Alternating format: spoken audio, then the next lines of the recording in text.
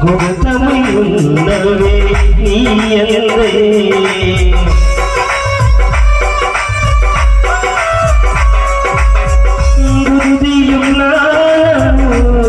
సంపదలన్నీ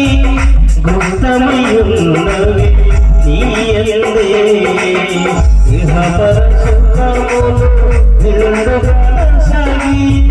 ఇహపర సుఖములు నిండు కొనసాగి ఇహవల్లుగా